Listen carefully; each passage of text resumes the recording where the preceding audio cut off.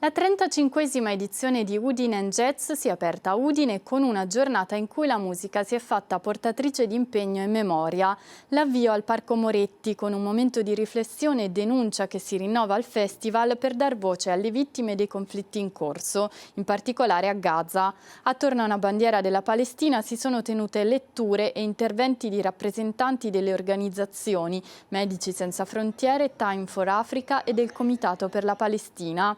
A seguire la musica con il sassofonista Francesco Bearzatti insieme al collettivo Wicked Dub Division.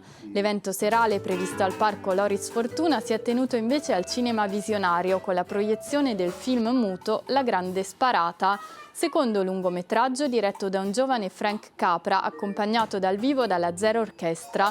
Oggi di scena il Glauco Venier Trio e in serata il sassofonista Isaia Collier con la sua band.